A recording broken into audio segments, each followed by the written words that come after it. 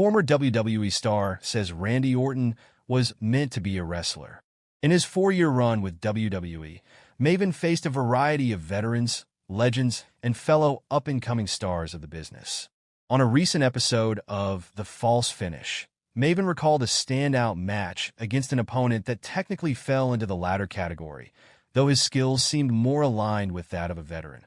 In fact, the former WWE Hardcore Champion believes that opponent, Randy Orton, was simply destined for the professional wrestling path. Obviously, Randy Orton was just heads and tails. Randy's another one of those guys that he was just meant to be a wrestler, Maven said. We were in WWE developmental, and Randy wrestled like a seasoned pro, even as early as I would say 2002, before they even debuted him. There was a match I had in 2004, and I forget what the scenario was, but there was a clock underneath it. Randy and I went out, and we put forth a good match. When I go back and watch that match, it's not like Randy's carrying me. We're having a good match because we're both putting forth a good effort. That's probably the match that I go back, and I look back fondly of. As a third-generation performer, Orton was introduced to pro wrestling at a young age. 20 years later, he decided to follow in the footsteps of his father and grandfather, Cowboy Bob Orton Jr. and Bob Orton, and begin his own in-ring journey with a brief stint on the Independents and later WWE. Fast forward to 2024, Orton is now a 14-time world champion, trailing behind only John Cena and Ric Flair for the all-time record of 16. WWE ID prospect looking to break Randy Orton record that a wrestler currently signed to the WWE ID system already has their sights set on an accolade held by Randy Orton. Orton has captured the World Championship 14 times during his lengthy career, equaling Triple H's record. Only Ric Flair and John Cena have held the top prize more than the Apex Predator and the Game. Orton's first title reign began over 20 years ago when he won the World Heavyweight Championship at SummerSlam. At just 24 years old, Orton became the youngest world champion in company history, surpassing the previous record set by Brock Lesnar. Earlier in the year, Orton stated in an interview that the chances of anyone breaking his record remain highly unlikely. As far as someone becoming the youngest world heavyweight champion and taking that from me, I don't see that happening. Only because I think it was a very special circumstance when I became the youngest world champion. I was 24 years old, and I don't know if there's anyone young enough to make it to that yet. So I think I'm going to hold that for quite some time, if not from here on out. Taking notice of his previous comments, WWE ID prospect Brad Baylor called out Orton and accepted the challenge. Taken to social media, Baylor pointed out that he has 4 years to accomplish the goal. Randy Orton remains off TV. Orton was last seen on TV during the November 8th SmackDown. A victim of Kevin Owens' recent rampage, the Viper was hit with a devastating piledriver from KO and was stretchered out of the arena. Following the attack, WWE provided an update on Randy Orton's condition. An NJPW star has called out WWE's Randy Orton for a match in a heated provocation that seemingly came from out of nowhere.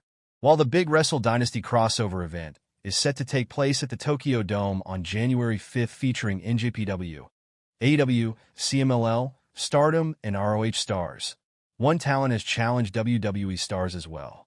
Kid previously called out another top WWE star, undisputed WWE champion Cody Rhodes.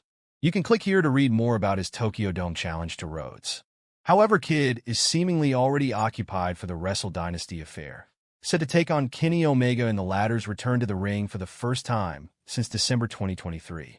Randy Orton, for his part, has been out of action since being attacked by Kevin Owens, including Owens using the banned-in WWE piledriver move on Orton in the melee. You can keep up with all the latest news from around WWE at this link. For decades, the opinion of Vince McMahon was the determining factor that would make or break a superstar's career in WWE. Few ever found that out the hard way more than Mr. Kennedy. Debuting on SmackDown in August 2005, the Wisconsin native looked destined for stardom almost from the moment he arrived on television.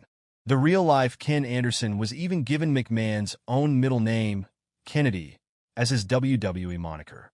Dripping with charisma, his gimmick of doing his own ring introductions soon proved a hit with fans. The sky looked to be the limit for Kennedy. Debuting on SmackDown in August 2005, the Wisconsin native looked destined for stardom almost from the moment he arrived on television. The real-life Ken Anderson was even given McMahon's own middle name, Kennedy, as his WWE moniker. Dripping with charisma, his gimmick of doing his own ring introductions soon proved a hit with fans. The sky looked to be the limit for Kennedy. Even suffering a serious shoulder injury a few months into his main roster run didn't do much to stop Kennedy's momentum. Once healed, he was immediately placed into a feud with Batista and rounded out 2006 by working with company icon The Undertaker. McMahon couldn't have been higher on Kennedy's potential at the time. Bigger things were on the horizon for Kennedy, though, as he won the coveted Money in the Bank briefcase at WrestleMania 23 in April 2007 to put himself just one match away from becoming a world champion in WWE.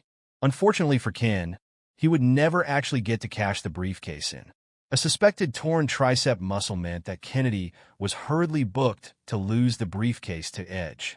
Although his injury didn't end up being as serious as first thought, Mr. Kennedy's breakout moment was gone. While he failed to recapture the promise of his initial 18 months in the promotion, Kennedy was still featured strongly on television over the next couple of years, regularly tangling with the lights of John Cena, Shawn Michaels, and Jeff Hardy. He was even selected to star in his own WWE Studios movie, Behind Enemy Lines, Columbia.